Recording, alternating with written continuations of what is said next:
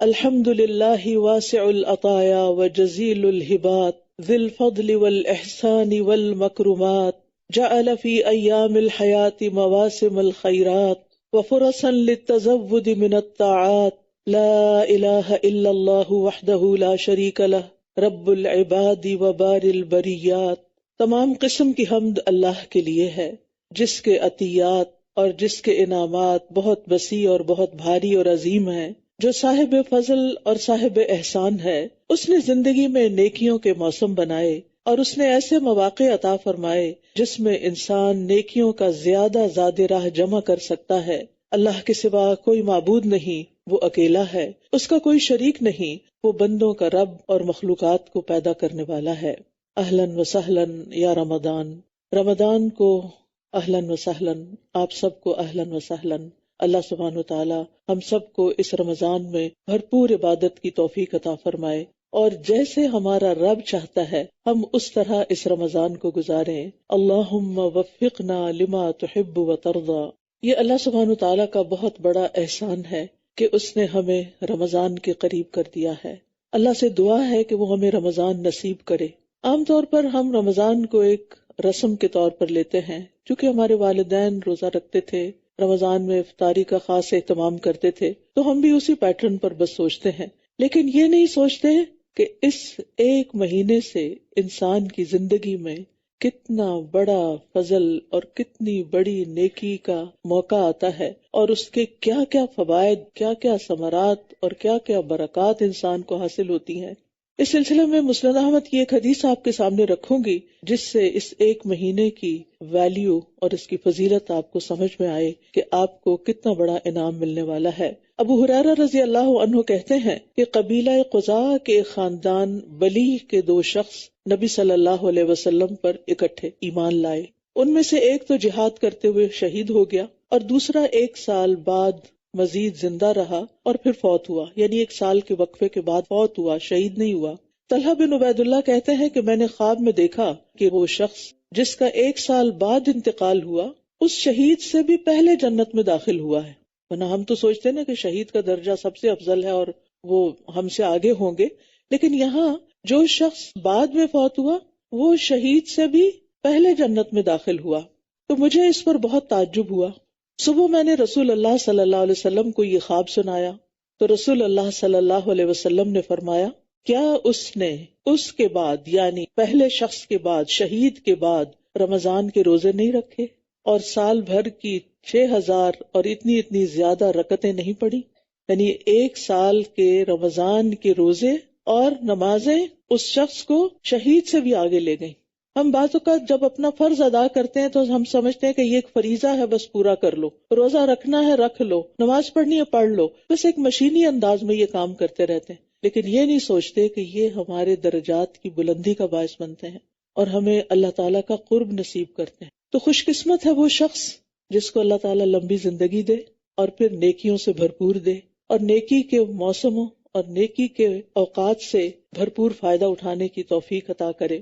بعض سلف کے بارے میں آتا ہے، سلف کہتے ہیں ان لوگوں کو جو پہلے کے نیک لوگ تھے، گزشتہ نیک لوگ ابتدائی صدیوں کے، کہ وہ 6 ماہ تک یہ دعا کرتے، اے اللہ ہمیں رمضان تک پہنچا دے، یعنی اتنے حریص ہوتے تھے کہ انہیں رمضان ملے، اور پھر وہ رمضان کے بعد 5 ماہ تک یہ دعا کرتے رہتے کہ اے اللہ ہمارے رمضان کے روزے قبول فرما لے۔ کیا ہم نے بھی یہ دعائیں کبھی کی؟ ہم میں سے کتنے لوگوں نے یہ دعا کی کہ یا اللہ ہمیں رمضان تک پہنچا دے، اللہم بلغنا رمضان؟ یہ دعا اس لیے کیا کرتے تھے کہ وہ اس کے فائدوں کو جانتے تھے، اس کی برکتوں کو سمجھتے تھے، اس میں ملنے والے انعامات کو سمجھتے تھے۔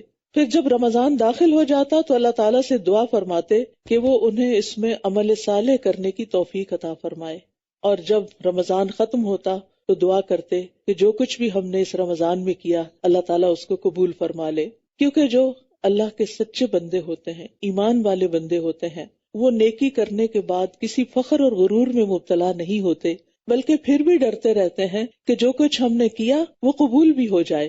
سورۃ المومنون میں آتا ہے والذین یؤتون ما آتوا وقلوبهم وجلۃ انہم الی ربہم راجعون اولئک یسارعون فی الخیرات وہم لہا سابقون۔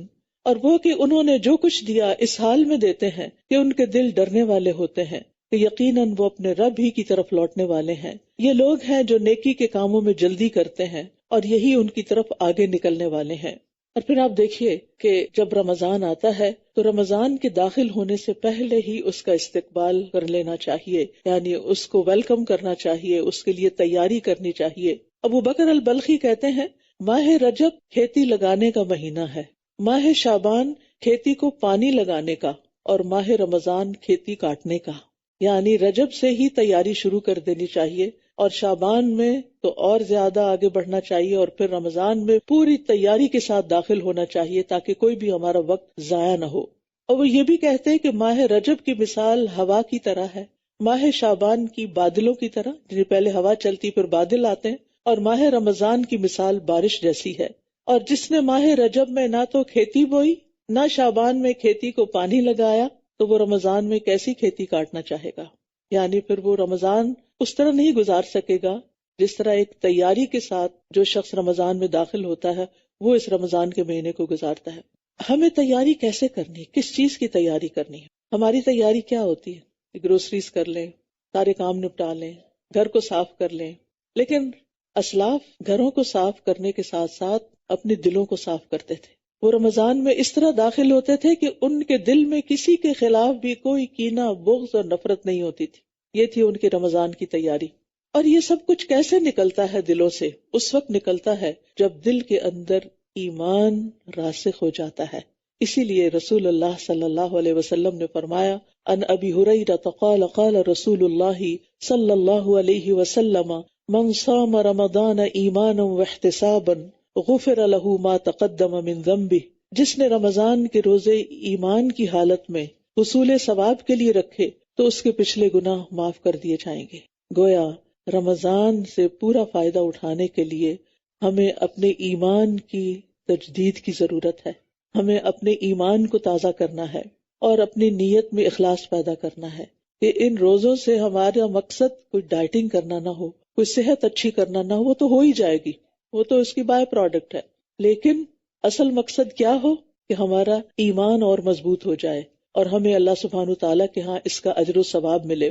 اگر ہم رمضان کی تیاری کرنا چاہتے ہیں تو اس کے لیے ایمان میں سچائی کی ضرورت ہے۔ ایمانی لحاظ سے تیاری کیوں ضروری ہے؟ ایمان کی تجدید کی کیوں ضرورت ہے؟ اس لیے کہ اعمال کی قبولیت کی بنیاد ہی ایمان پر ہے۔ جتنا اچھا ایمان ہوگا، جتنا مضبوط ایمان ہوگا، جتنا پکا ایمان ہوگا، اتنا ہی عمل کا اجر و ثواب بڑھ جائے گا، کیونکہ نبی صلی اللہ علیہ وسلم نے رمضان کی جزا کو، روزے کی جزا کو اور رات کے قیام کو ایمان اور احتساب پر مرتب کیا ہے، اور ثواب کے حاصل ہونے کی شرط بتائی ہے۔ وَمَنْ صَامَ رَمَضَانَ إِيمَانًا وَاحْتِسَابًا غُفِرَ لَهُ مَا تَقَدَّمَ مِنْ ذَنْبِهِ، جس نے ایمان اور احتساب ثواب کی نیت سے روزے رکھے اس کے پچھلے سارے گناہ معاف ہو جائیں گے۔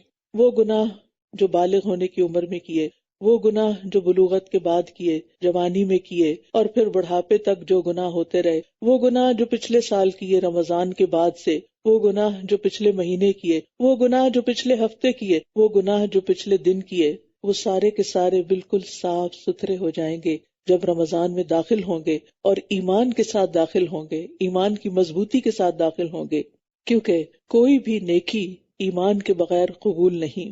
سورۃ الحدید میں اللہ تعالیٰ فرماتے ہیں آمنوا باللہ ورسولہ وانفقوا مما جعلکم مستخلفین فیہ فالذین آمنوا منکم وانفقوا لہم اجر کبیر۔ اللہ اور اس کے رسول پر ایمان لاؤ، یہ کس سے کہا جا رہا ہے؟ ایمان والوں سے کہا جا رہا ہے۔ ایمان تو ہے، جیسے ایک اور جگہ پر آتا ہے یا ایھا الذین آمنوا آمنوا، اے لوگو جو ایمان لائے ہو ایمان لے آؤ، اے لوگو جو ایمان لائے ہو ایمان لے آؤ۔ یعنی گویا ایمان والوں کو بھی ایمان لانے کی پھر سے ضرورت ہے، پھر سے اپنے ایمان کو تازہ کرنے کی ضرورت ہے۔ اور یہاں سورۃ الحدید میں بھی یہی کہا جا رہا ہے آمنوا باللہ ورسولہ وانفقوا مما جعلکم مستخلفین فیہ، اللہ اور اس کے رسول پر ایمان لاؤ اور ان چیزوں میں سے خرچ کرو جن میں اس نے تمہیں پہلوں کا جانشین بنایا ہے۔ پھر وہ لوگ جو تم میں سے ایمان لائے اور انہوں نے خرچ کیا ان کے لیے بہت بڑا اجر ہے۔ یعنی پہلے ایمان کی دعوت، پھر عمل کی دعوت، اور پھر جو ایمان لے آئیں فالذین آمنوا منکم وانفقوا لہم اجر کبیر، جو لوگ تم میں سے ایمان لائے اور انہوں نے خرچ کیا ان کے لیے بہت بڑا اجر ہے. تو گویا اجر کب ملے گا؟ چاہے خرچ کرنا ہو، چاہے روزے رکھنے ہو، چاہے قیام اللیل کرنا ہو، جب ایمان ہوگا، یقین ہوگا.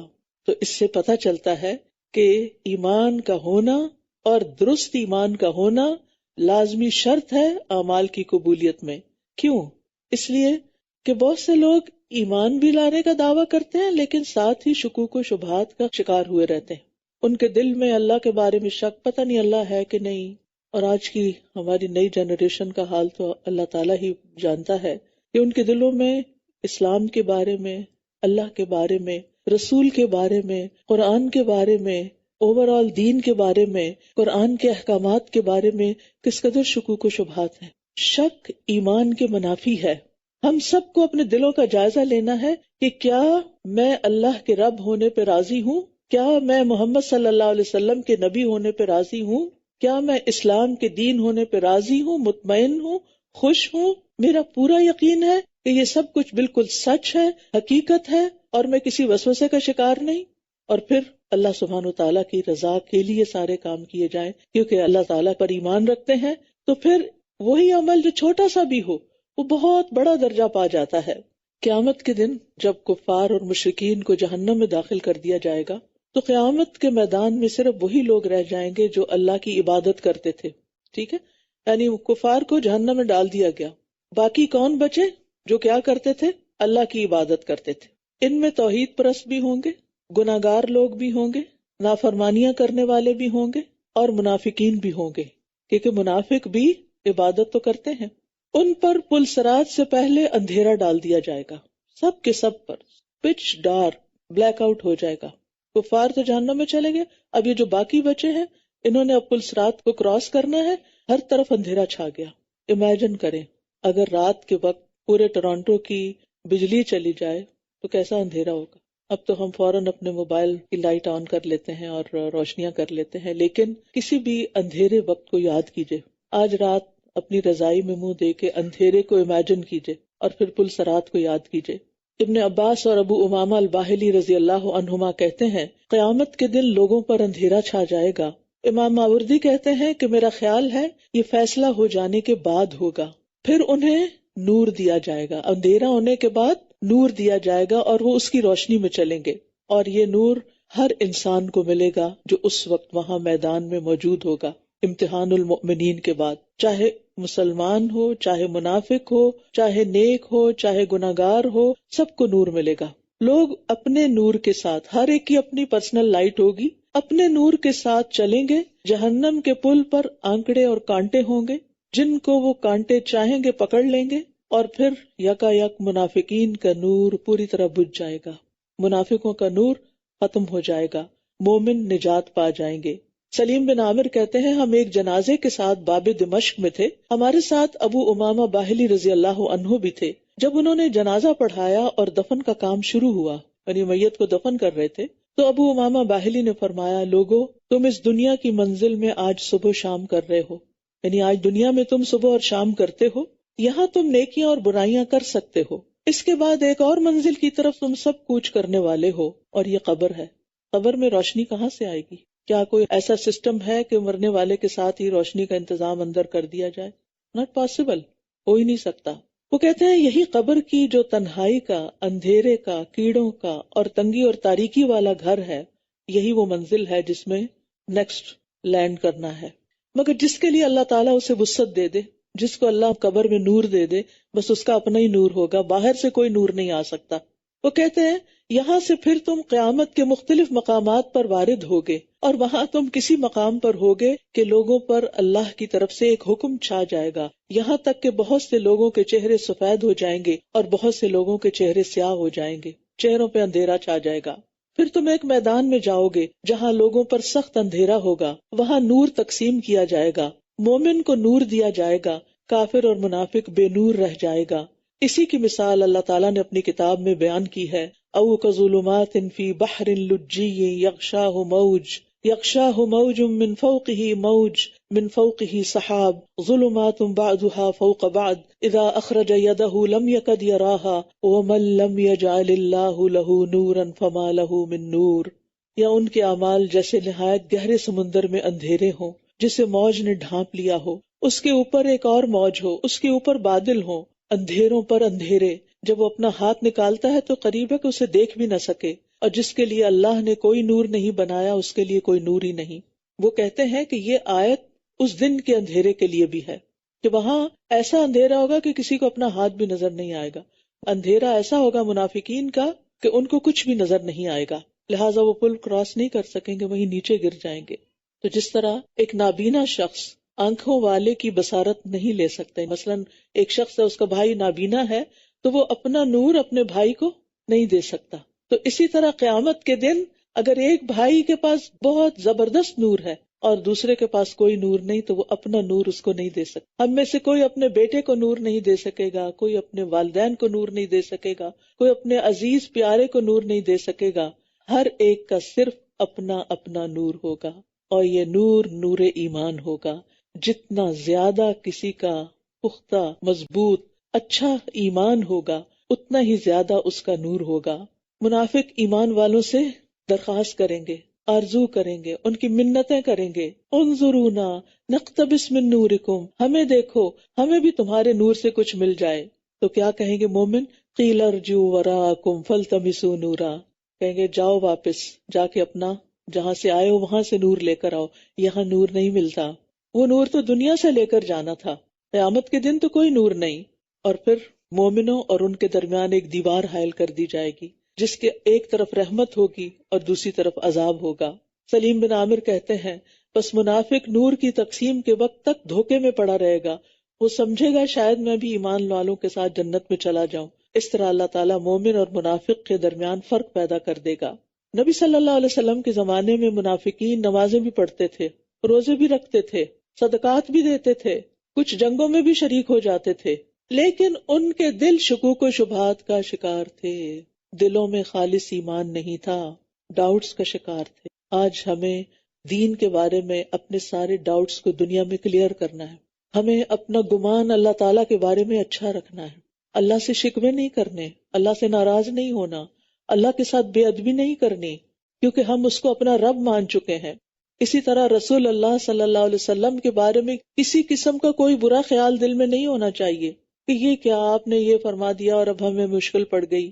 اسی طرح قرآن کی کسی ایک آیت کے ایک حصے، ایک لفظ کا بھی انکار نہیں کرنا چاہیے اور اس کے بارے میں دل تنگ نہیں ہونا چاہیے. اس کو پورے کا پورا ہولسم لینا چاہیے، جیسا ہے جیسا فرمایا اس کو قبول کرنا چاہیے. یہ ایمان کا تقاضا ہے. اور اسی طرح آخرت کے بعد، مرنے کے بعد، قبر کے حساب کتاب اور پھر حشر کے دن کی ساری جو واردات ہیں اور پھر جنت اور دوزخ، ان کے بارے میں بھی ہمارے دل میں کوئی ڈاؤٹ نہیں ہونا چاہیے.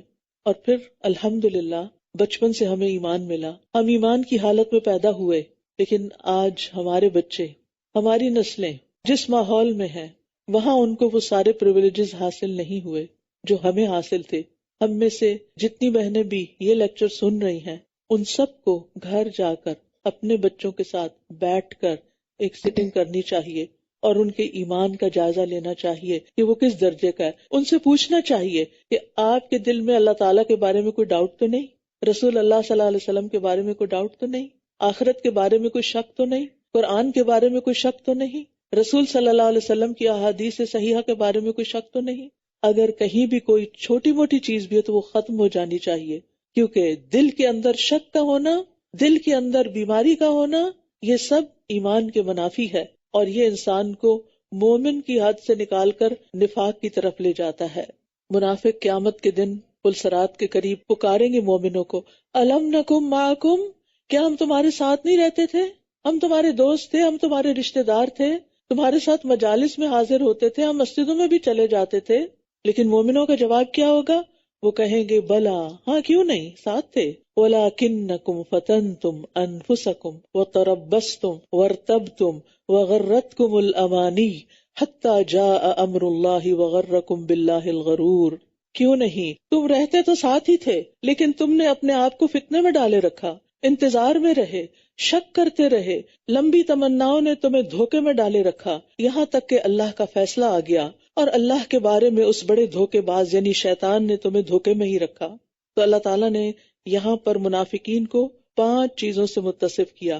سب سے پہلے فتنتم انفسکم، تم نے اپنے آپ کو فتنوں میں ڈالا، یعنی ایسے ماحول میں لے گئے، ایسے کاموں میں، ایسی دوستیوں میں کہ جس میں تم اچھے بھلے ہوتے ہوئے فتنے میں پڑ گئے اور تمہارے دلوں میں ڈاؤٹس پیدا ہو گئے۔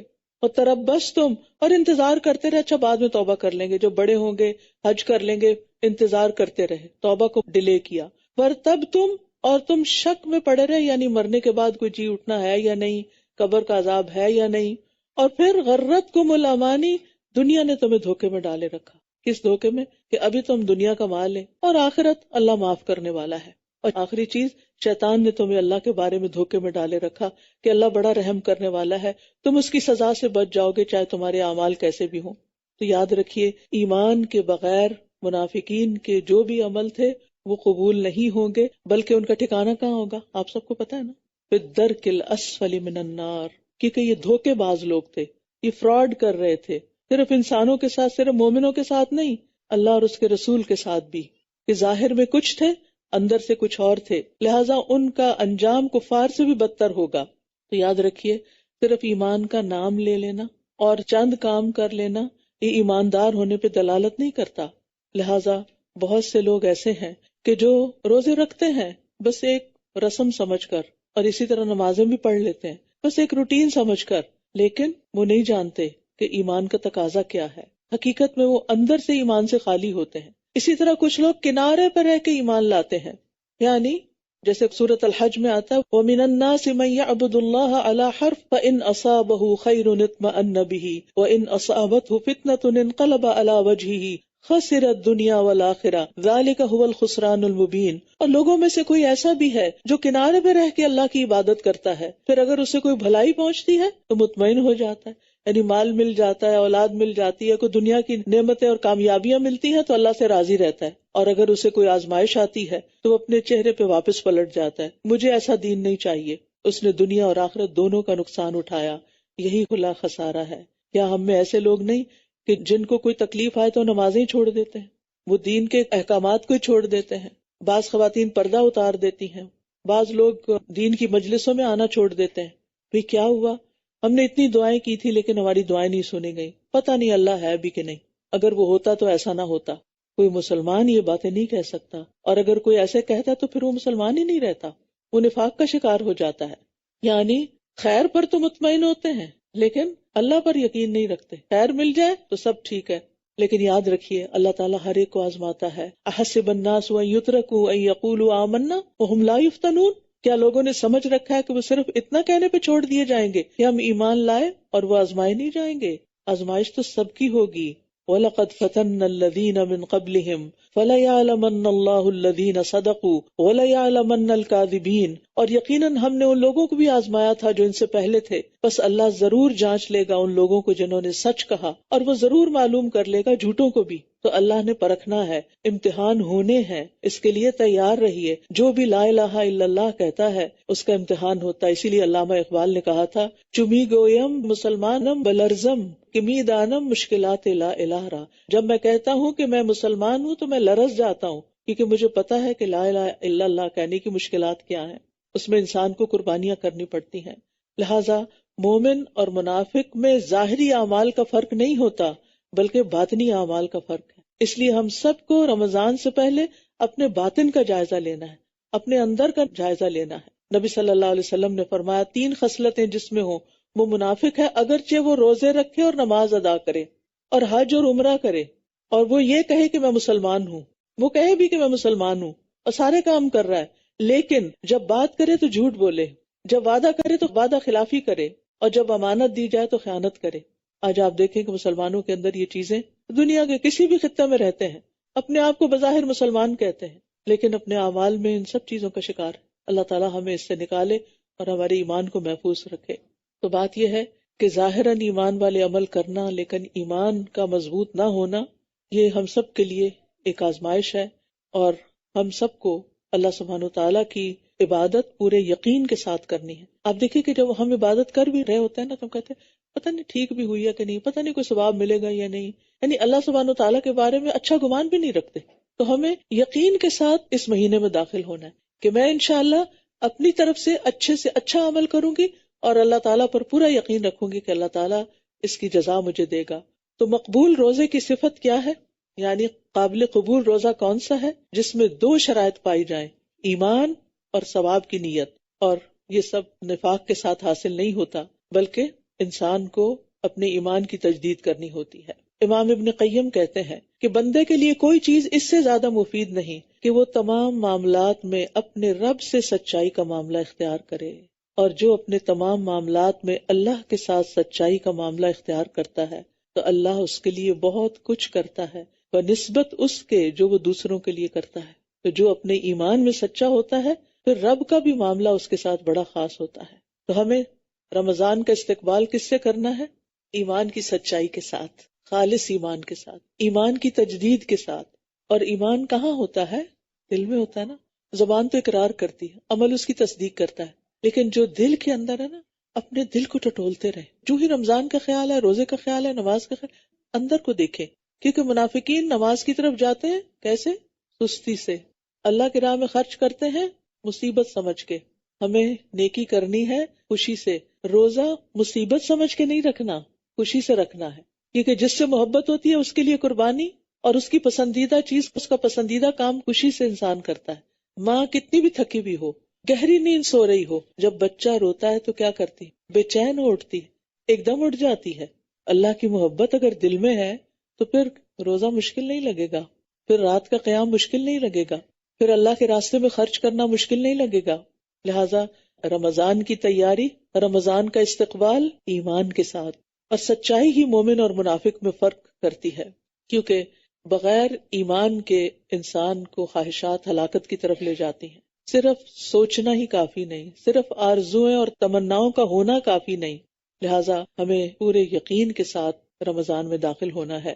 اور پھر رمضان میں جو بھی آپ عمل کریں گی روزے کی حالت میں، کیونکہ خیر کے بہت سے دروازے ہیں، جو بھی آپ عمل کریں گے وہ عمل نیکی اور ثواب کے بلند درجے پر ہوگا.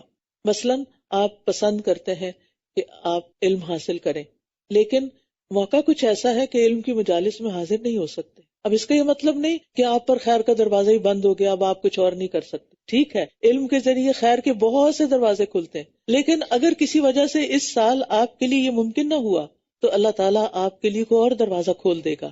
انسانوں کی خدمت بھی، گھر میں رہنے والے بزرگوں کی خدمت بھی، بچوں کو پالنا بھی، یہ بھی خیر کے دروازے ہیں. بیواؤں اور مسکینوں کے لیے دوڑ دھوپ کرنا ایسا ہے جیسے اللہ کے راستے میں نکلنے والا مجاہد. بیواؤں اور مسکینوں کے لیے دوڑ دھوپ کرنا، اور بعض لوگوں کے لیے اللہ کی طرف جانے کا یہ راستہ ہوتا ہے. تو چاہے آپ علم دینے والے ہوں، چاہے آپ مال خرچ کرنے والے ہوں، چاہے آپ کسی کی جسمانی خدمت کرنے والے ہوں، یعنی گھر میں آپ کھانا پکا رہے ہیں، آپ سحری پکا رہے ہیں، مثلا سحری بنا رہے ہیں، صبح اٹھ کر سارے گھر والے ابھی سو رہے ہیں اور آپ ان سے 1 گھنٹہ پہلے اٹھ کے تیاری کریں. اس وقت اپنے دل کی کیفیت کو ٹٹولتے رہیں. اگر دل میں ایمان مضبوط ہوگا تو دل کی کیفیت کیا ہوگی؟ کیسے وہ کام کریں گے؟ خوشی خوشی. تو آپ سب نے خوشی خوشی سحری بنانی ہے اور اللہ تعالیٰ کا ساتھ شکر ادا کرنا کہ اللہ تو نے مجھے اس خدمت کا موقع دیا. میں گھر کے جتنے بھی افراد کو روزہ رکھوا رہی ہوں ان سب کے روزوں کا ثواب مجھے بھی ملے گا، کیونکہ جو کسی کو روزہ رکھواتا ہے اور پھر روزہ افطار کرواتا ہے اس کو اس دن کے اس روزہ رکھنے والے کے روزے کے برابر اجر مل جاتا ہے. تو کیا یہ معمولی نیکی ہے؟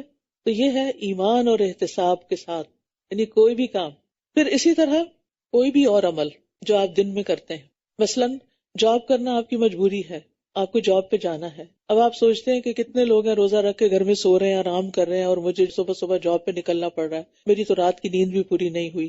تو آپ اپنے آپ کو کوسنے لگتے ہیں، میں کیوں آ گئی یہاں، میرے لیے مصیبت کیوں ہے، وغیرہ وغیرہ. ان سوچوں کے ساتھ کیا آپ کا روزہ بہت خوبصورت روزہ ہوگا؟ نہیں. کیسے سوچنا ہے آپ نے؟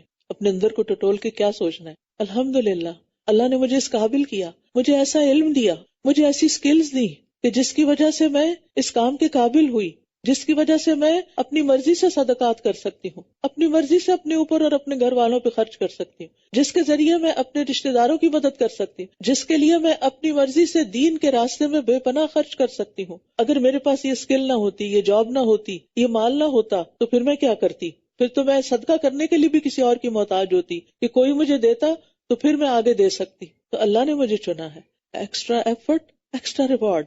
اگر لوگ آرام کر رہے ہیں، لوگ سو رہے ہیں اور آپ کام کر رہے ہیں تو آپ خوش قسمت ہیں۔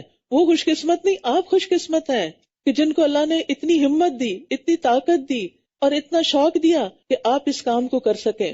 تو جو بھی عمل کرنا ہے، چاہے وہ دنیا کا ہی کام کیوں نہیں، اس کو سچا ہو کے کرنا ہے، ایمان اور احتساب کے ساتھ کرنا ہے۔ احتساب کا مطلب ثواب کی نیت سے کرنا ہے کہ اللہ میرے اس کام میں بھی اجر ڈال دے۔ اور پھر یاد رکھیے کہ خیر کے تو بہت سے کام ہیں۔ عبداللہ بن عمر کہتے ہیں کہ ایک آدمی نبی صلی اللہ علیہ وسلم کے پاس آیا اور کہنے لگا، اللہ کے رسول صلی اللہ علیہ وسلم، کون سے لوگ اللہ تعالیٰ کو زیادہ محبوب ہیں اور کون سے اعمال اللہ تعالیٰ کو زیادہ پسند ہیں؟ آپ نے فرمایا، وہ لوگ اللہ کو زیادہ محبوب ہیں جو دوسرے لوگوں کے لیے سب سے زیادہ فائدہ مند ہوں۔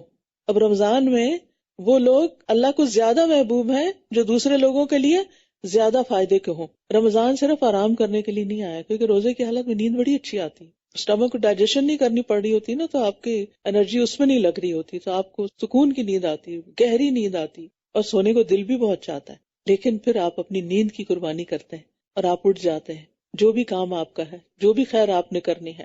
اور پسندیدہ کام کیا ہے؟ ویسے تو ہر حال میں کرنے چاہیے، لیکن یہ رمضان کے لیے بتا رہی ہوں۔ مسلمان کا اپنے بھائی کو خوش کرنا۔ روزے کی حالت میں کیا ہوتا ہے؟ چڑچڑاپن، موڈ آف، بھوک لگی ہے، موڈ خراب ہوا ہے، کیا سوچنا ہے اس وقت، کیا کرنا ہے؟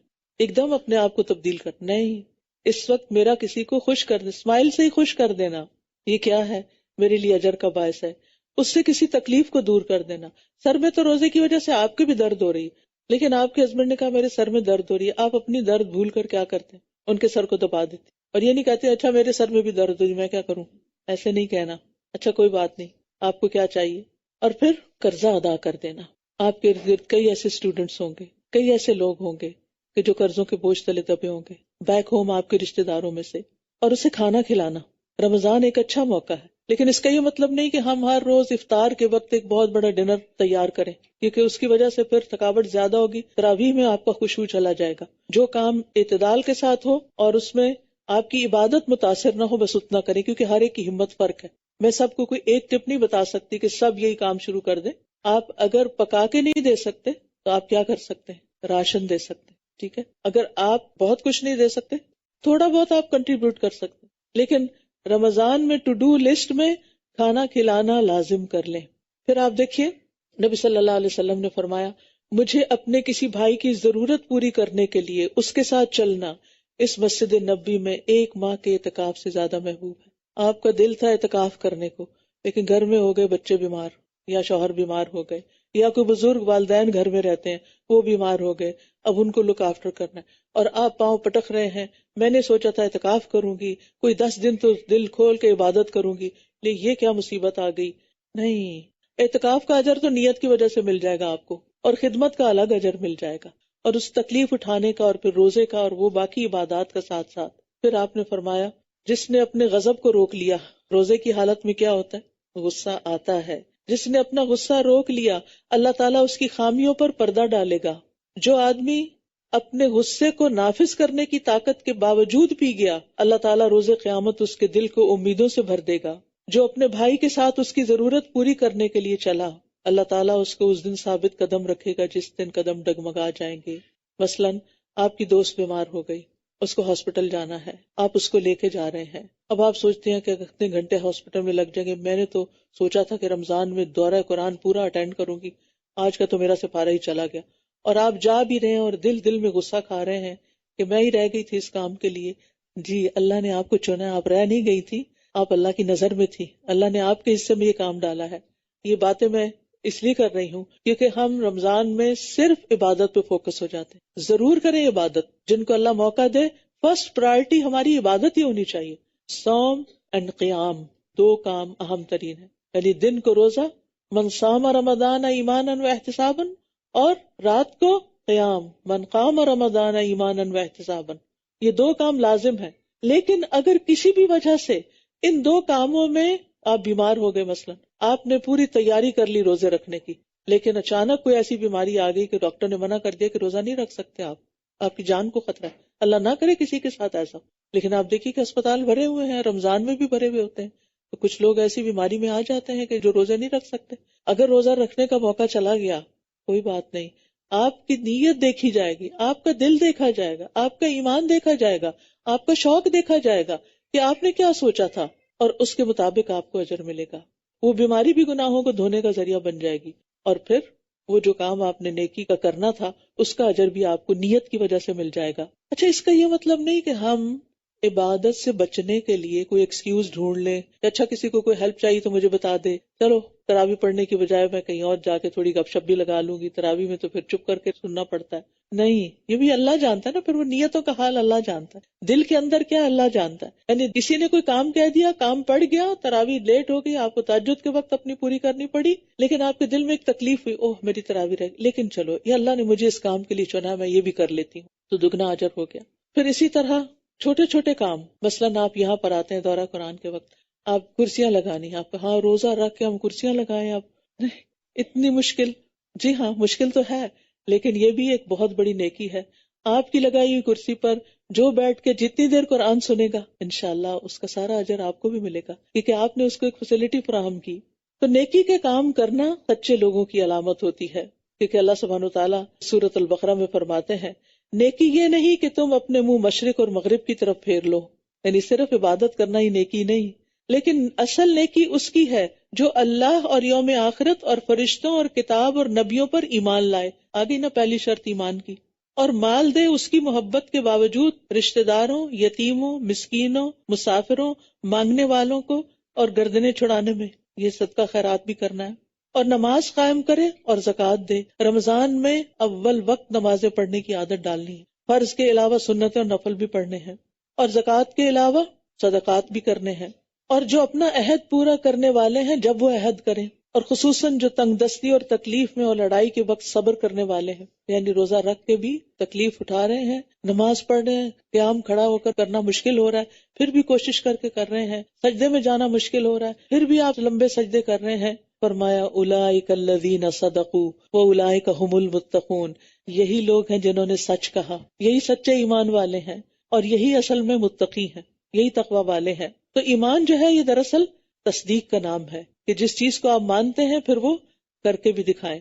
اور پھر آپ دیکھیے کہ مومن وہ ہوتا ہے جو غیبی امور کی تصدیق کرتا ہے اور قرآن و سنت میں جو کچھ بھی آیا ہے اس پر پورا یقین رکھتا ہے. منافق کے پاس بھی حق آتا ہے لیکن وہ اس کی پرواہ نہیں کرتا، وہ روشنی پاتا ہے لیکن پھر اندھیرے میں چلا جاتا ہے. منافق نور کا محتاج ہوتا ہے، جب نور مل جاتا ہے تو پھر دوبارہ واپس اندھیروں میں جانا ہی پسند کرتا ہے. تو ہمیں اپنے ایمان کو جگانا بھی ہے، بڑھانا بھی ہے، اور اس کی حفاظت بھی کرنی ہے، کیونکہ ایمان کوئی جامد چیز نہیں، جمی ہوئی چیز نہیں کہ ایک جگہ پتھر رکھ دیا تو رکھا گیا. یہ اوپر نیچے ہوتا ہے. نیکی کرنے سے ایمان اوپر جاتا ہے، اس کا گراف اوپر چلا جاتا ہے، اور گناہ کرنے سے نیچے آ جاتا ہے. لہذا روزہ رکھ کے کیا نہیں کرنا؟ من لم یدع قول الزور والعمل به فلیس للہ حاجۃ ان یدع طعامہ وشرابہ. جو روزہ رکھ کر بھی جھوٹ بولنا نہ چھوڑے، اللہ کو اس کی کوئی ضرورت نہیں کہ وہ اپنا کھانا پینا چھوڑ دے. روزہ صرف کھانا پینا چھوڑنے کا نام نہیں، بلکہ جھوٹ، بدعہدی، خیانت، بد اخلاقی، ان سب چیزوں کو چھوڑنا بھی ہے.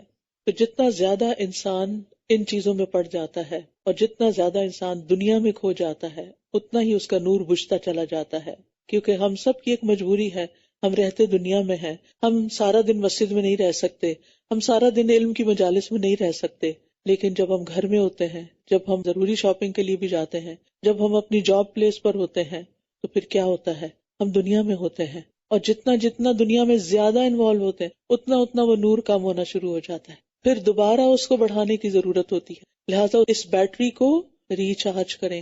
آپ موبائل کی بیٹری روز چارج کرتے ہیں نا، اور اگر نہ کریں تو کیا ہوتا ہے؟ ڈیڈ. ایسے ہی اگر ہم علم کے ساتھ، علم کی مجلسوں کے ساتھ، مساجد کے ساتھ تعلق کے ساتھ اپنے ایمان کو مضبوط نہیں کرتے، اوپر نہیں لے جاتے، تو واپس وہ ریڈ لائن پہ آ جاتا ہے. لہٰذا بھرپور کوشش کرنی ہے عبادت کی بھی اور اس کے ساتھ ساتھ علم کی مجالس، قرآن کی مجالس کی پابندی کی بھی، کیونکہ دل کی حالت بدلتی رہتی ہے، اس لیے استقامت کی ضرورت ہوتی ہے۔ نبی صلی اللہ علیہ وسلم اکثر یہ دعا پڑھتے تھے، یا مقلب القلوب ثبت قلبی علی دینک، اے دلوں کو الٹ پلٹ کرنے والے، میرے دل کو اپنے دین پر ثابت قدم رکھ۔ تو حقیقی مومن وہ ہے جو غیب پر ایسے ایمان لائے جیسے وہ اپنی آنکھوں سے دیکھ رہا ہو۔ ابھی جو میں نے قیامت کے دن کا منظر آپ کے سامنے رکھا تو کیا ہے، اس کو ایسے سمجھے کہ جیسے ہم وہاں کھڑے ہیں اور اس وقت ہمیں نور چاہیے، اور وہ نور ابھی وقت ہے کہ ہم اپنے لیے تیار کر لیں۔ اور پھر آپ دیکھیں کہ ایمان بڑھتا ہے احسان کے ساتھ، اور احسان کیا ہوتا ہے؟ ان تعبد اللہ کأنک تراہ، اللہ کی ایسے عبادت کرو گویا کہ تم اللہ کو دیکھ رہے ہو۔ فإن لم تکن تراہ فإنہ یراک، اور اگر تم اسے دیکھ نہیں رہے تو وہ تو تمہیں دیکھتا ہے۔ فرشتوں کے بارے میں سن کر، جان کر ایسے محسوس کرنا جیسے وہ قریبی ہیں، ان کی پریزنس کو فیل کیا کریں۔ فرشتوں پر ایمان میں کیا کرنا ہے؟ ان کی پریزنس کو فیل کرنا ہے۔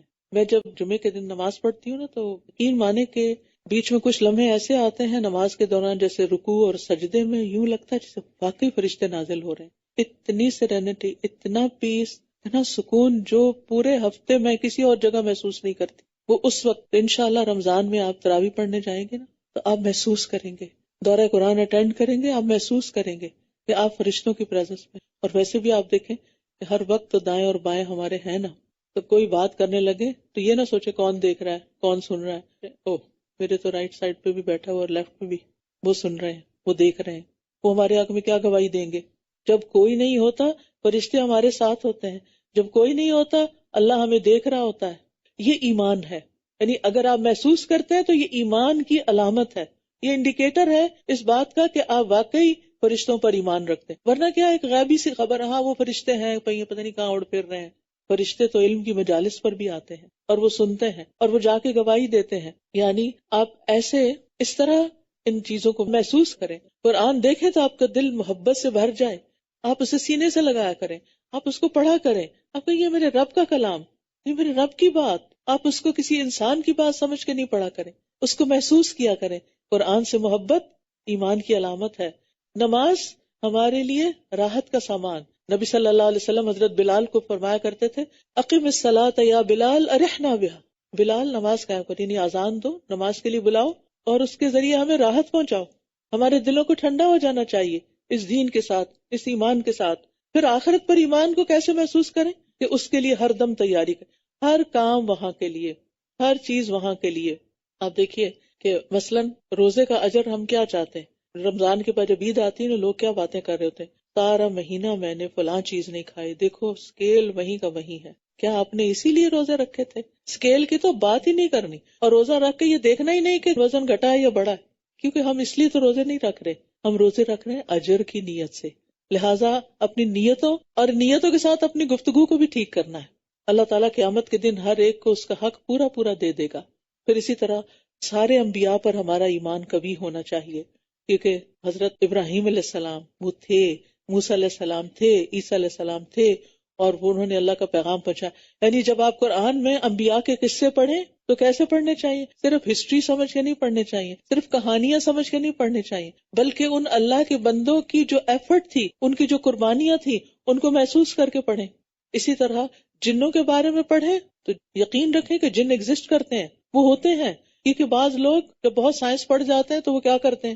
جنوں کا انکار کر دیتے ہیں۔ قرآن میں آنے والی کوئی چیز، اس میں سے ایک چیز کا بھی انکار کریں گے تو وہ کفر میں شامل ہو جاتا ہے۔ ایک لفظ کا بھی انکار نہیں کر سکتے، اس میں ہمیں کوئی ڈاؤٹ ہی نہیں ہونا چاہیے۔ اور جنوں کے بارے میں بھی اتنا ہی یقین ہونا چاہیے جتنا فرشتوں کے بارے میں یقین ہے۔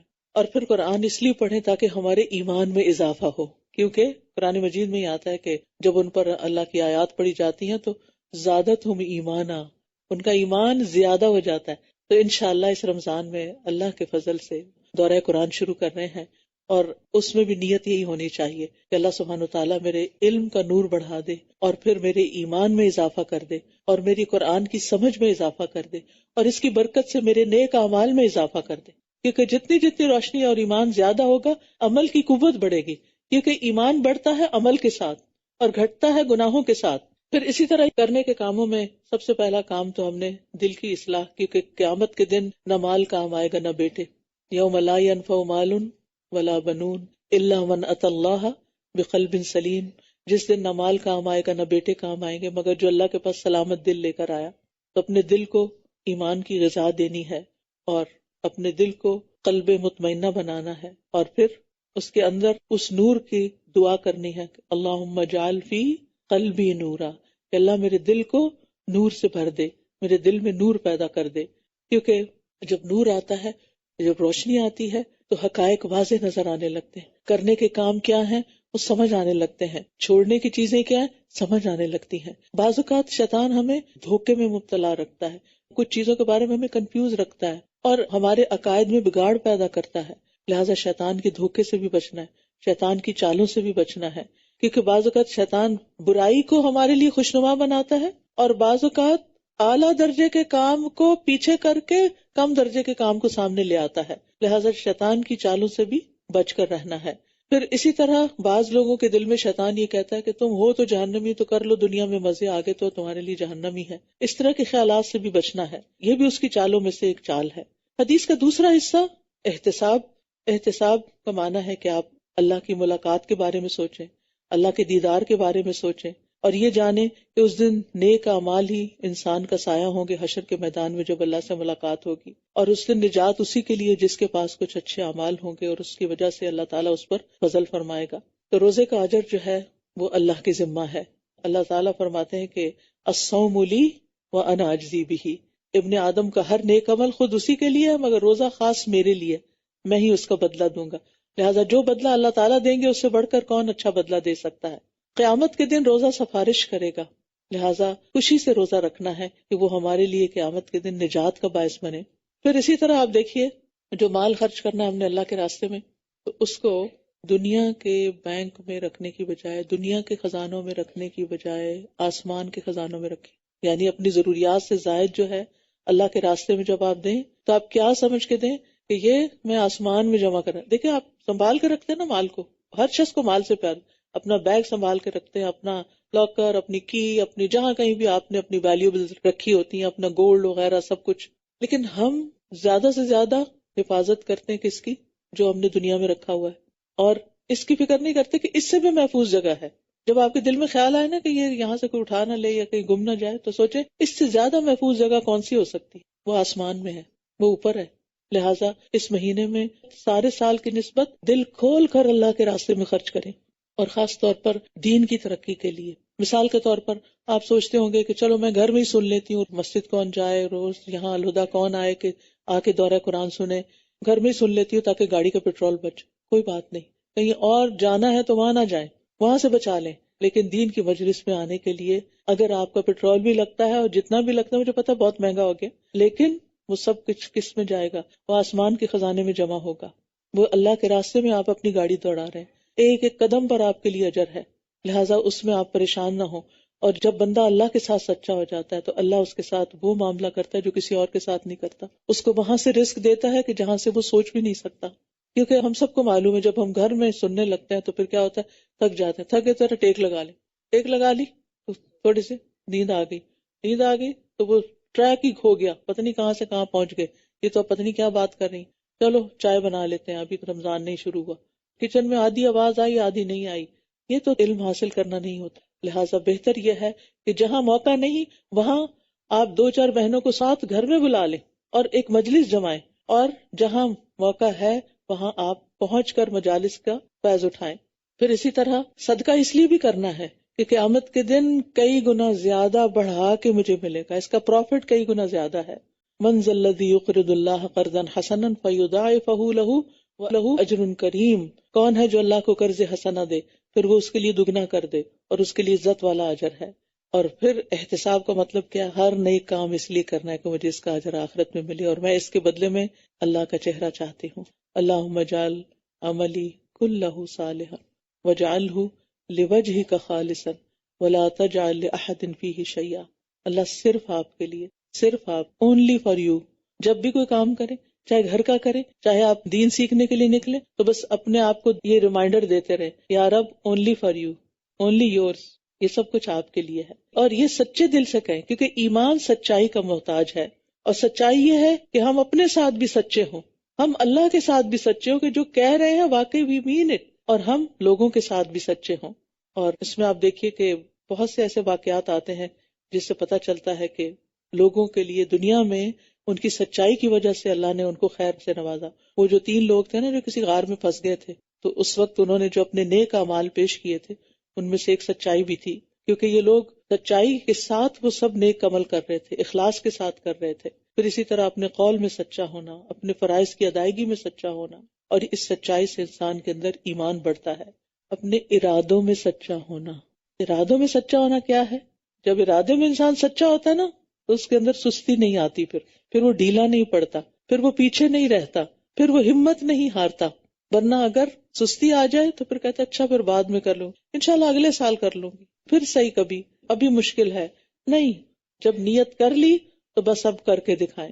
پھر آپ دیکھیے کہ رمضان میں ہر روز آپ نے اپنا ایمان چیک کرنا ہے، بڑھ رہا ہے گھٹ رہا ہے، بڑھ رہا ہے گھٹ رہا ہے. آپ میں سے بہت سے لوگ اپنا بی پی روز چیک کرتے ہوں گے، شوگر چیک کرتے ہوں گے، ڈیلی روٹین میں ہے. اس کو بھی روٹین میں رکھیے، اپنے اندر جائزہ رکھیے، جھانکتے رہیے، بڑھ رہا ہے گھٹ رہا ہے، زیادہ ہو رہا ہے کم ہو رہا ہے. کیونکہ زیادہ ہونے کی علامت کیا ہے کہ آپ کا عمل اور زیادہ ہو جائے گا، آپ اور خوشی سے کام کریں گے، آپ کے دل کے اندر کا اطمینان بڑھنا شروع ہو جائے گا، آپ کے دل کے اندر ایک ٹھنڈک پیدا ہونی شروع ہو جائے گی. لیکن جب دل گھبرانا شروع ہو جائے، گھٹنا شروع ہو جائے، پریشانی کوئی آنا شروع ہو جائے، شیطانی وسوسے، رمضان میں تو بڑے بڑے شیطان قابو میں ہوتے ہیں، مگر سارے وسوسے شیطان کی طرف سے بھی نہیں ہوتے، کچھ وسوسے نفس کی طرف سے بھی ہوتے ہیں. تو نفس تو ساتھ ہی ہے نا، شیطان اگر پکڑا ہوا بھی ہے تو نفس ساتھ ہے. وَنَعْلَمُ مَا تُوَسْوِسُ بِهِ نَفْسُهُ، کہ انسان کا اپنا ہی دل جو وسوسے ڈالتا ہے وہ بھی اللہ کو پتا ہے. تو پھر ہمیں کچھ کام کرنے ہیں، اور ان کاموں میں آپ دیکھیے کہ دن کا آغاز جو ہے وہ تو سحری سے ہوگا انشاءاللہ تعالی. اور سحری کا خاص عمل کون سا ہے؟ استغفار. ٹھیک ہے، یہاں پر ایک استغفار کا کارڈ بھی ملتا ہے، اس کی ایک ایک دعا یاد کر لیں، ایک ہر روز اس کو ریپیٹ کر سکتے ہیں، یا جو بھی اپنے کچن میں استغفر اللہ کہیں لکھ کے لگا دیں تاکہ آپ کی نظر پڑے. ورنہ کیا ہوتا ہے، کاموں کی اتنی جلدی ہوتی ہے، کبھی فریج کھول رہے ہیں، کبھی اوون کھول رہے ہیں، کبھی کچھ کر رہے ہیں، کبھی ٹیبل لگا رہے ہیں، کبھی جگا رہے ہیں گھر والوں کو، اتنی ابڑ دبڑ ہوتی ہے کہ وہ استغفار ہی بھول جاتی ہے. کچھ لوگ تلاوت لگا لیتے ہیں، وہ بھی ٹھیک ہے، لیکن یہ تو استغفار کا وقت ہے. وَبِالْأَسْحَارِ هُمْ يَسْتَغْفِرُونَ، استغفار کے ساتھ دن کا آغاز کرنا ہے. آذان ہوئی تو کیا کرنا ہے؟ آذان کا جواب دینا ہے. جواب دے کے کیا کرنا ہے؟ دعا مانگنی بھولنا نہیں. کون سی دعائیں مانگنی ہے؟ صرف دنیا کی، آخرت کی بھی. درود شریف پڑھ کے، اذان کے بعد کی دعا پڑھ کے پھر آپ نے کیا کرنا ہے؟ آپ نے اپنی آخرت اور دنیا دونوں کے لیے دعا کرنی ہے. پھر اس کے بعد آپ نے کیا کرنا ہے؟ نماز پڑھنی ہے. نماز پڑھنے کے بعد کیا کرنا ہے؟ اذکار کرنے ہیں. اذکار سورج نکلنے سے پہلے ہو جانے چاہیے، صبح کے اذکار. ٹھیک ہے، اور ایک تسبیح سبحان اللہ و بحمدہ کی، اور ایک تسبیح لا الہ الا اللہ کی. ٹھیک ہے، پھر اس کے بعد سورج نکل آیا ہے، سورج نکل آیا ہے، سورج نکلنے تک آپ قرآن کی تلاوت کرتے رہیں. اور پھر دن کا آغاز جب قرآن کی تلاوت سے تو آپ کو یوں لگے گا جیسے آپ نے بہت کچھ روحانی ناشتہ کر لیا. آپ کے دل کے اندر ایک ایمان کی لہر آ جائے گی. پھر اس کے بعد آپ کیا کریں؟ اشراق کے نفل پڑھیں. اور پھر اس کے بعد اگر آپ نے آرام کرنے کا موقع ہے تو آرام کریں، کام پہ جانا تو کام پہ جا کے واپس آ کے آرام کریں. ابن رجب کہتے ہیں ام المومنین عائشہ رضی اللہ عنہا رمضان المبارک میں صبح کے وقت مصحف کی تلاوت کرتی، اور جب سورج طلوع ہوتا تو سو جاتی، یعنی بعد میں پھر آرام کرتی. اور پھر آپ دیکھیے کہ دن کے وقت بھی آپ نے قرآن کی تلاوت اور ساتھ دورہ قرآن اٹینڈ کرنا ہے. چاہے آپ آن کیمپس کریں، چاہے آپ آن لائن کریں، چاہے آپ اپنے فری ٹائم پر کریں، لیکن میک شور ایک قرآن آپ نے ناظرہ کا ختم کرنا ہے، ایک قرآن آپ نے دورہ قرآن میں ختم کرنا ہے، اور تیسرا قرآن آپ نے تراویح میں ختم کرنا ہے. کم از کم 3 ضرور ہونے چاہیے. یہ اپنا ٹارگٹ سیٹ کر لیں، یہ اپنی پلاننگ کر لیں. اور پھر آخری عشرے میں خوب محنت کرنی ہے، اور دوسروں کو بھی اعمال صالح کی رغبت دلانی ہے. اور پھر نبی صلی اللہ علیہ وسلم کا طریقہ کیا تھا؟ رسول اللہ صلی اللہ علیہ وسلم سب سے زیادہ سخی تھے، جواد تھے. اور رمضان میں جب جبریل علیہ السلام آپ سے ملتے تو آپ بہت ہی زیادہ جود و کرم فرماتے تھے. اور رمضان میں جبریل علیہ السلام ہر رات آپ سے ملاقات کرتے تھے اور آپ کے ساتھ قرآن کا دور کرتے تھے. آپ اکیلے بھی تو کر سکتے لیکن آپ جبریل کے ساتھ کرتے. تو صرف اکیلے نہ کریں، کسی نہ کسی کو ساتھ شامل کریں. جو لوگ آن لائن کریں گے وہ اپنے ہمسایوں میں، نیبرز میں جا کے انہیں بتائیں کہ میں اس وقت سے اس وقت تک دورہ قرآن سنتی ہوں، آپ بھی میرے گھر آئیے. اپنے گھروں کو کھولیے، قرآن کے مرکز بنائیے، اور جو یہاں آ کر سنیں تو آپ دیکھیں گے کہ آپ کے ایمان کو بڑھانے کا ذریعہ ہوگا انشاءاللہ. حدیث میں آتا ہے نبی صلی اللہ علیہ وسلم لوگوں کو بھلائی پہنچانے میں بارش لانے والی ہوا سے بھی زیادہ جود و کرم فرمایا کرتے تھے. اور پھر روزہ اور صدقہ جمع ہونا جنت میں داخلے کا سبب ہے۔ رسول اللہ صلی اللہ علیہ وسلم نے فرمایا یقیناً جنت میں ایسے بالا خانے بھی ہیں جن کا اندرونی حصہ باہر سے نظر آتا ہے اور بیرونی حصہ اندر سے نظر آتا ہے۔ ایک دیہاتی کھڑا ہوا کہنے لگا یا رسول اللہ یہ کس کے لیے ہے؟ صلی اللہ علیہ وسلم آپ نے فرمایا اس شخص کے لیے جو اچھی بات کرے۔ تو آپ نے رمضان کے ہر دن اپنے بچوں سے یا نیبر سے یا کلائنٹ سے یا جاب پلیس پہ مسلم سے نان مسلم سے سوچ کے جانے ایک اچھی بات ضرور کرنی، ایک اچھی بات، ٹھیک ہے؟ اور کس نیت سے کرنی ہے کہ مجھے یہ جنت میں وہ جگہ چاہیے۔ جیسے دنیا میں آپ کو کسی خاص علاقے میں کوئی بنگلو پسند آ جاتا ہے نا، تو پھر آپ اس کے لیے پیسے جمع کرنے شروع کرتے ہیں، مجھے وہاں گھر چاہیے، فلاں گھر چاہیے، یہ ماڈل چاہیے، ایسی گاڑی چاہیے، تو مجھے یہ بالا خانے چاہیے۔ میں نے اس کے لیے یہ طریقہ اختیار کیا کہ ایک اچھی بات کسی کو بتانی، اگر خود نہیں بتانی آتی تو کسی کو دورہ قرآن کا لنک شیئر کر دیں، کسی کو کوئی کارڈ دے دیں، کتاب دے دیں، بک سٹور یہاں کھلا ہوگا، روزانہ کچھ نہ کچھ ایسی چیز لے کر آپ کسی نہ کسی کو دیں تاکہ آپ کے لیے صدقہ جاریہ بنے۔ دوسرا کام کھانا کھلائے، اور جیسے میں نے آپ سے ذکر کیا کہ اس کا بھی اہتمام کرنا ہے، چاہے گھر والوں کو ہی کھلائیں، اگر کسی اور کو کھلائیں، ہمسایوں کو کھلائیں، دوستوں کو کھلائیں، رشتہ داروں کو کھلائیں، غریبوں کو، مسکینوں کو، یتیموں کو، کچھ بھی جتنا آپ کر سکتے ہیں۔ لیکن اگر کچھ بھی نہیں اور صرف گھر والوں کو کھلا رہے تو خوشی سے یا رب تیرے چہرے کے دیدار کی خاطر تیری محبت میں کھلا رہی وہ یطعمون الطعام علی حبہ مسکینا و یتیما و اسیرا۔ اور تیسرا کام روزے رکھے۔ یہ تین کام جس نے کر لیا اس کو جنت کے بالا خانے مل گئے۔ اور رات کو جب لوگ سو رہے ہوں تو صرف اللہ کے لیے نماز ادا کرے اور وہ تراویح بھی ہو جائے گی۔ تو ابن رجب کہتے ہیں یہ تمام کے تمام اعمال رمضان میں سرزد ہو سکتے ہیں، رمضان میں یہ سب کچھ ہو سکتا ہے، کیونکہ رمضان میں روزے دار کو فضول لغو باتیں کرنے سے منع کیا گیا، جنسی گفتگو کرنے سے منع کیا گیا ہے۔ تو روزہ، نماز اور صدقہ اپنے کرنے والے کو اللہ تک پہنچا دیتے ہیں۔ اور بعض سلف کہتے تھے نماز نمازی کو آدھے رستے تک لے جاتی ہے، روزہ بادشاہ کے دروازے تک پہنچاتا ہے، اور صدقہ ہاتھ پکڑ کر اندر داخل کر دیتا ہے۔ تو یہ تینوں کام کرنے ہیں۔ پھر عید کے دن بھی نیک اعمال کرنے ہیں، فرائض اور نوافل کا اہتمام کرنا ہے، اور جمعے کی تیاری یعنی جمعہ پڑھنے کی آپ نے ضرور کوشش کرنی ہے۔ پھر اسی طرح یہ ہے کہ قوت کے ساتھ عمل کرنا ہے، بد دلی کے ساتھ عمل نہیں کرنا، ایمان بڑھانے والے کام کرنے ہیں۔ زیادت الایمان بالعلم و زیادت الایمان بالعمل۔ زیادت الایمان بالعلم، علم کے ذریعے ایمان بڑھانا ہے اور عمل کے ذریعے ایمان بڑھانا ہے، اور تیسری چیز کائنات میں غور و فکر کے ذریعے۔ تو عبادت میں اضافہ چاہتے ہیں تو اپنے اندر شکر پیدا کریں۔ جب بھی نماز پڑھ لیں نا اچھی سے، اللہ تیرا شکر، تو نے آج کا روزہ بڑا اچھا کروا دیا، آج کی نماز بڑی اچھی ہوگی، اللہ تیرا شکر، اللہ تیرا شکر۔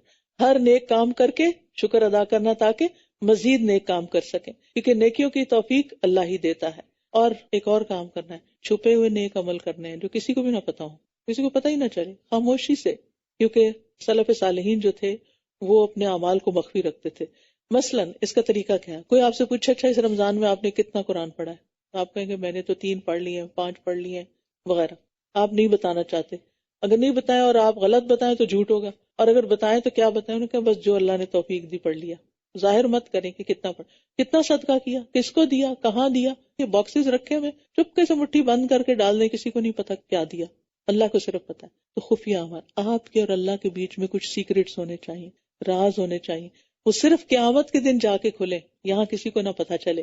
اور ہر نیک عمل کرنے کے بعد اس کے قبول ہونے کی بھی دعا کرنی ہے کہ یا اللہ تو ہم سے قبول کر لے۔ تو رمضان مبارک مہینہ، برکت کا معنی ہوتا ہے کسی خیر کا بڑھنا، اور اس لیے اس میں زیادہ سے زیادہ خیر کمانا ہے۔ ہر روز ایک فرشتہ پکارتا ہے، جب رمضان کا مہینہ آتا ہے تو کیا کہتے ہیں؟ یا باغی الخیر ابشر و یا باغی الشر اقصر حتی ینقضی رمضان۔ اے خیر کے طالب آگے بڑھ، اے شر کے طالب رک جا، یہاں تک کہ رمضان ختم ہو جاتا ہے۔ نمازوں کی حفاظت بھی کرنی ہے، اول وقت پڑھنے ہیں، فرائض، سنتیں، نوافل، رات کا قیام، اس پر آپ نے توجہ کرنی ہے۔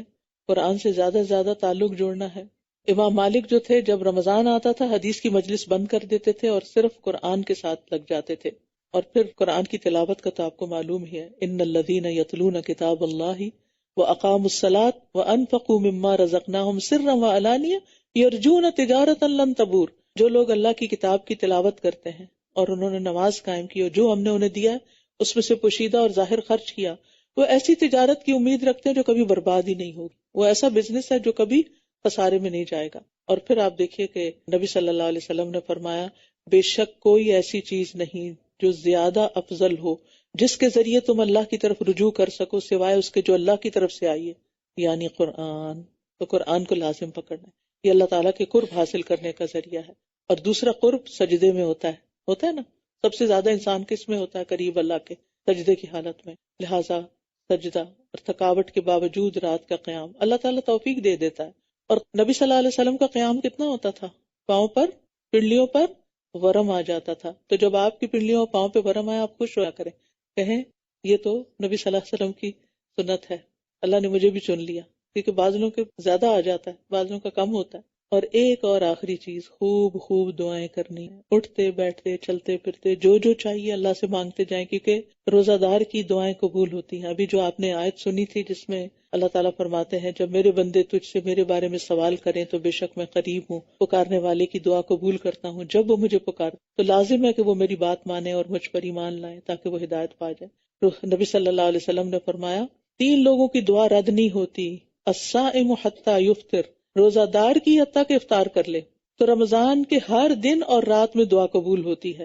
ٹھیک ہے، تو نبی صلی اللہ علیہ وسلم فرمایا ہر مسلمان کی رمضان کے دن اور رات میں ایک دعا ایسی ضرور ہوتی ہے جو قبول ہو جائے. یعنی اگر ساری نہ بھی ہو کوئی ایک ہو جائے گی. پتہ نہیں وہ ایک ہونے سے کتنا ہم پار لگ جائیں.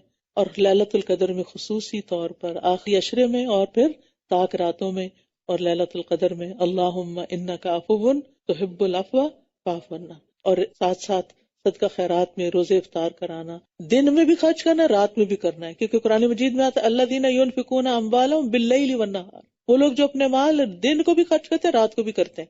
تو رات کو عام دنوں میں تو نہیں ہم کر سکتے، تو رمضان میں کیا ہوتا ہے مسجد جاتے ہیں تو آپ پہلے سے ہی چینج لا کے رکھ لیں اور جب نکلنے لگے تو ساتھ لے جائیں اور مسجد کے باکس میں ڈیلی ڈالیں.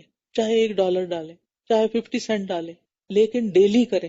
کوئی پتہ نہیں کس دن کا کتنا قبول ہو جائے. آن لائن والے انونیمس کلک کر سکتے ہیں، نہیں بتانا چاہتے کہ کون ہے، تو ہماری ویب سائٹ کے اوپر انشاءاللہ اس کا پورٹل موجود ہے. اور صدقہ جو ہے وہ گناہوں کو مٹانے کا سبب ہے، آگ سے بچانے کا سبب ہے، عرش کے سائے میں جگہ کا سبب ہے. اور پھر یہ ہے کہ صلہ رحمی سے عمر بھی بڑھتی ہے اور رزق بھی بڑھتا ہے. لہٰذا رشتہ داروں کو صرف کہیں سے اٹھا کے کوئی میسج نہیں فارورڈ کر دینا، بلکہ دعا دینی یا کوئی اچھی چیز فارورڈ کرنی، کوئی اچھی بات بتانی ہے جو اوتھینٹک ہو. تو اس نیکی سے عمر میں اضافہ ہوتا ہے، رزق میں اضافہ ہوتا ہے. اور آپ سب کو دعوت دیتی ہوں کہ خود بھی اور اپنی کم از کم 5 دوستوں کو دورہ قرآن میں شریک کریں. کم از کم 5 لوگ آپ کے ہاتھ سے اس قرآن کی مجلس میں حاضر ہوں، کیونکہ خیرکم من تعلم القرآن وعلمہ، تم میں سے بہترین لوگ وہ ہیں جو قرآن سیکھیں اور سکھائیں. اور پھر دعاؤں کے علاوہ ساتھ ساتھ ذکر کرتے رہنا، کم از کم دن میں 100 بار استغفار، سید الاستغفار، نبی صلی اللہ علیہ وسلم پر درود، لا حول ولا قوت الا باللہ کی تسبیح، اور ساتھ ساتھ زبان کی حفاظت بھی کرنی ہے. ٹھیک ہے، لغو باتیں نہیں کرنی، کیونکہ جب آپ اپنے آپ کو غیر اہم سے بچائیں گے تو اہم کام کر سکیں گے. سوشل میڈیا بند سوائے ضروری میسیجز کے، باقی چیزیں اگر آپ نہیں دیکھیں گے تو ہو سکتا ہے بعد میں بھی آپ کو اللہ تعالیٰ توفیق دے اور لغو سے آپ پر پرہیز کریں. نبی صلی اللہ علیہ وسلم نے فرمایا روزہ صرف کھانا پینا چھوڑنے کا نام نہیں بلکہ روزہ تو لغو اور رفث سے بچنے کا نام ہے. اگر روزے کی حالت میں تمہیں کوئی گالی دے یا جہالت کی باتیں کرے، نہیں کوئی لڑنے آ جائے تو کہہ دو میں تو روزے دار ہوں. اور پھر رمضان کا استقبال اپنے دلوں کو صاف کر کے تاکہ خوب نور برسے ان پر.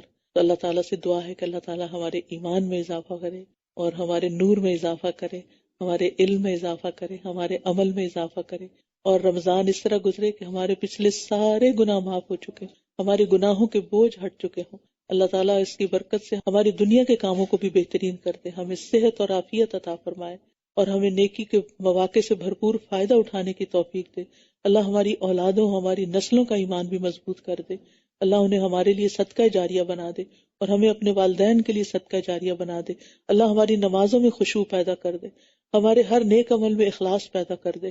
اللہ سبحانہ وتعالیٰ دنیا بھر کے مسلمانوں کی مدد فرمائے، خاص طور پر غزہ کے مسلمانوں کی جو اس وقت قسم و پرسی کی حالت میں ہیں. اللہ ان پر اپنی رحمت نازل کرے اور ان کی تکلیفوں کو دور کر دے اور ان کو اجر عظیم عطا کرے. اللہ تعالیٰ ان ساری آنے والی بہنوں کا آنا قبول فرمائے، ان سب کے دکھ درد غم تکلیفیں پریشانیاں دور فرمائے اور مستقل مزاجی کے ساتھ اور ثابت قدمی کے ساتھ آتے رہنے کی توفیق عطا فرمائے. اللہ تعالیٰ ہم سے اس کو قبول کرے اور ہماری نیتوں میں اخلاص پیدا کر دے، اور انتظامیہ کو اللہ تعالیٰ بہترین جزائے خیر دے جو آنے والوں کا استقبال کرتے ہیں اور ان کے لیے جگہ تیار کرتے ہیں۔ اللہ سبحانہ وتعالیٰ ہم سب سے راضی ہو جائے۔ وآخر دعوانا ان الحمد للہ رب العالمین۔ سبحانک اللہم وبحمدک، اشہد ان لا الہ الا انت، استغفرک واتوب الیک۔ السلام علیکم ورحمۃ اللہ وبرکاتہ۔